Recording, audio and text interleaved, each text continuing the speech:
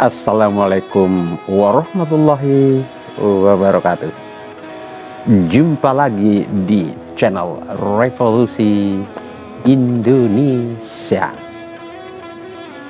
Di episode kali ini saya mau menyampaikan bagaimana para netizen yang melihat channel Revolusi Indonesia. Ya, kabar bahagia bagi saya. Terima kasih untuk supportnya, dukungannya. Bagaimana saya melihat kerinduan dari sebagian netizen itu terhadap apa yang saya sampaikan di konten-konten itu. Mungkin kita sudah sama-sama melihat bahwa negara sebesar Indonesia yang dihuni oleh manusia-manusia cerdas dengan berbagai macam kekayaan ilmu, potensi, tentu bukan tidak mustahil kita menjadi mercusuar dunia. Di sisi lain, ada juga dari netizen itu yang mungkin belum bisa melihat kebenaran dari konten-konten yang dibuat. Bahkan sikap yang ditampilkan itu cenderung melihat bahwa Juan Siregar itu orang yang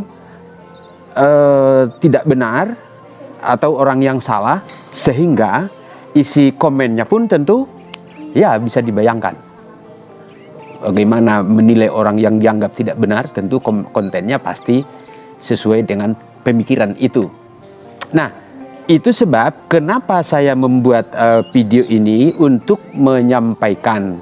Kalau saya awali, saya sebagai pribadi memohon maaf yang sebesar-besarnya apabila ada yang tidak berkenan di hati dengan ungkapan-ungkapan atau mungkin bahkan judul. Itu sangat bisa, sangat wajar dan aneh kalau tidak marah, aneh kalau itu langsung diterima. Jadi saya sudah memahami dari awal. Namun, walaupun kontennya seperti itu, secara ilmiah, secara ilmu dan kebenarannya, tentu saya sebagai yang membuat konten mempertanggungjawabkannya kepada para ilmuwan, para ulama, para pemerintah, dan tokoh-tokoh bangsa. Tentu untuk membicarakan itu, kalau ada kesempatan, ia dibicarakan secara resmi, secara formal, baik di dunia kampus, di dunia keagamaan, maupun di pemerintahan. Itu, kalau misalkan dari netizen pun, kalau ada yang kurang berkenan, cukup sampaikan saja apa yang dirasa tidak berkenan, kemudian kami akan tambahkan penjelasan, karena wajar mungkin pemahamannya yang berbeda tadi itu akan kami tambahkan penjelasannya sehingga kita melihat tujuan baiknya dan apa manfaatnya bagi para pemirsa dan seluruh bangsa Indonesia. Itu saya awali seperti itu. Kemudian tadi pagi itu kebetulan saya melihat satu video dari Buya Dr. Ar-Raji Hasim MA. Itu judulnya Makrifat Ruh, Perbedaan Jiwa, Kolbu, dan Ruh, yang itu disiarkan oleh Titik Kehidupan. Nah, di dalam konten itu beliau menjelaskan, kalau saya lihat lebih fokus memperkenalkan tentang kolbu, tingkatan-tingkatannya hingga sampai pada tingkat tertinggi yaitu ruh. Panjang sebenarnya penjelasannya, tetapi untuk di sini saya kaitannya dengan masalah ketersesatan. Itu yang ingin saya sampaikan, bahwa beliau Buya Ar-Razi mengatakan banyak orang-orang yang kuliah di Timur Tengah S1, S2, S3 dan juga sebagian dari mursyid-mursyid itu murtad. Tapi mereka tidak sadar atas kemurtatan itu.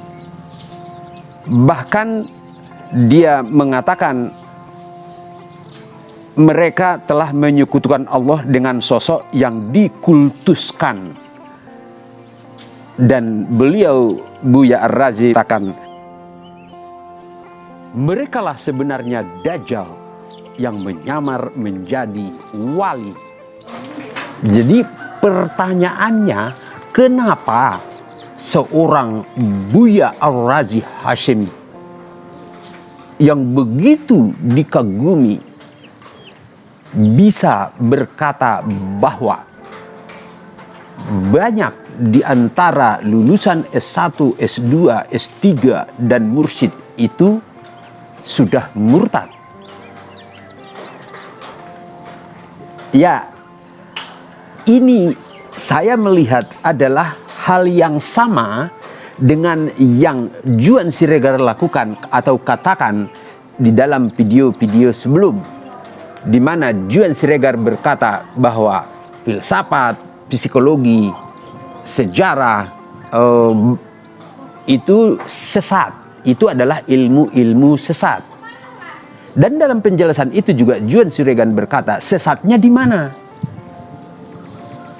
Ya, di dalam kehidupan itu karena dia tidak bisa atau belum tersambungkan ke spiritual atau ke Allah. Ilmu itu tidak bisa digunakan untuk tersambung ke Allah.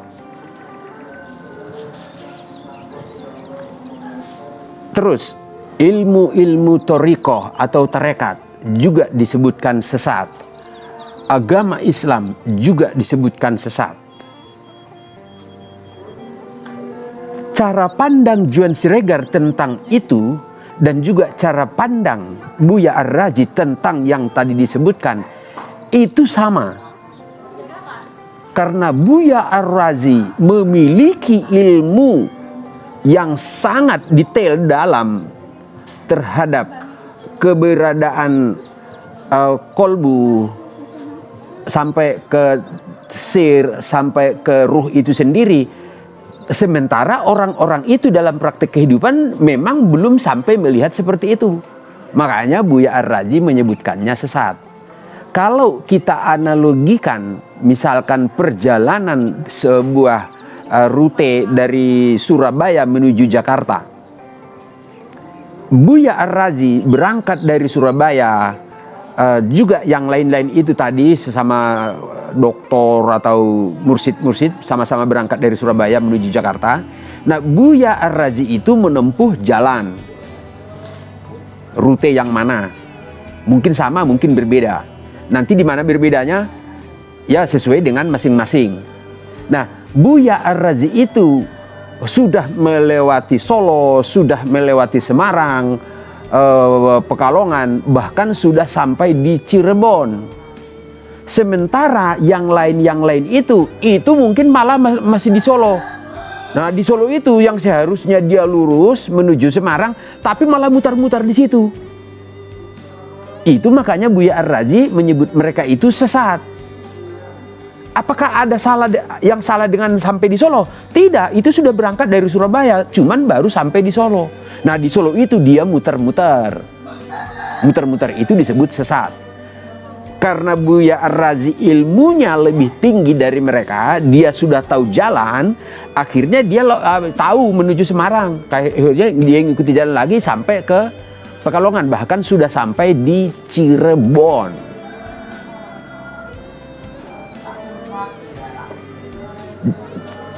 Sama hal dengan yang disampaikan oleh Revolusi Indonesia Channel, bahwa bukan sekedar mursyid atau lulusan S1, S2, S3 itu ada yang sesat, tetapi bahkan ilmu filsafat, psikologi, bahkan agama itu disebut sesat.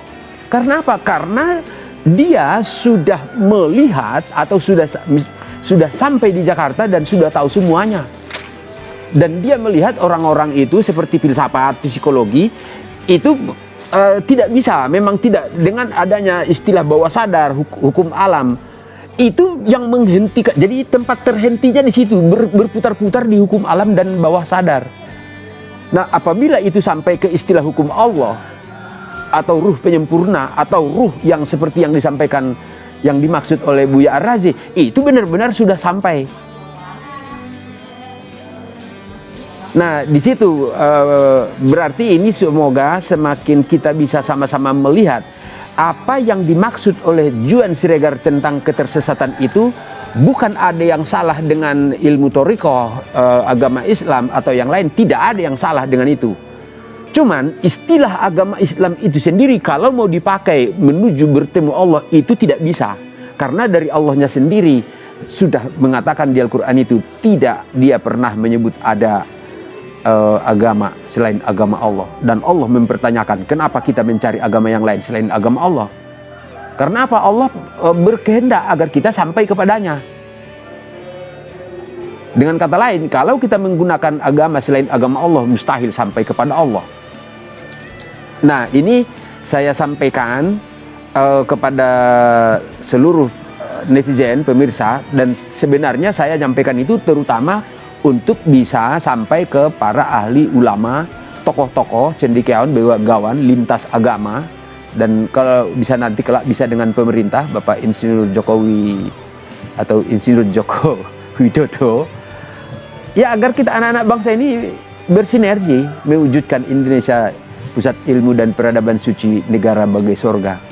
Karena sekali lagi saya katakan bahwa agama yang kita anut di negeri ini belum ada yang sanggup menjadikan agama itu menjadikan Indonesia mercusuar dunia. Belum ada. Sama-sama sudah ratusan tahun agama itu ada di negeri ini. Saya bisa katakan karena itu tidak diridhoi Allah. Yang diridhoi Allah ya agama Allah itu sendiri. Nah, begitu kita berbondong-bondong masuk agama Allah, ya diridhoi Allah, ya Allah lah yang membuat itu terwujud. Indonesia mercusuar dunia. Indonesia, bahkan kalau di cita-cita revolusi Indonesia itu negara bagai surga, semua rakyat kaya raya. Bahkan secara praktek sudah saya banyak jelaskan di buku Rahasia Negara Harta Karun yang Tersembunyi.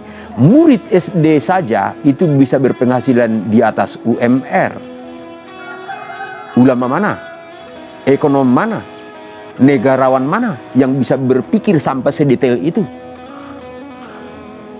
Ya udah, kita sama-sama syukuri aja karunia Allah itu yang mungkin memang diberikan kepada Juan Siregar, dan Juan Siregar sudah tulis di buku. Ya nanti kita lihat sama-sama. Ya sudah, kita jalankan bersama. Saya kira itu semoga benar-benar ini bisa mempersatu padukan kita, mengikat tali persaudaraan kita sebagai anak-anak bangsa, putra-putri Ibu Pertiwi, untuk bersatu padu, bergandeng tangan, gotong royong, mewujudkannya. Assalamualaikum warahmatullahi wabarakatuh.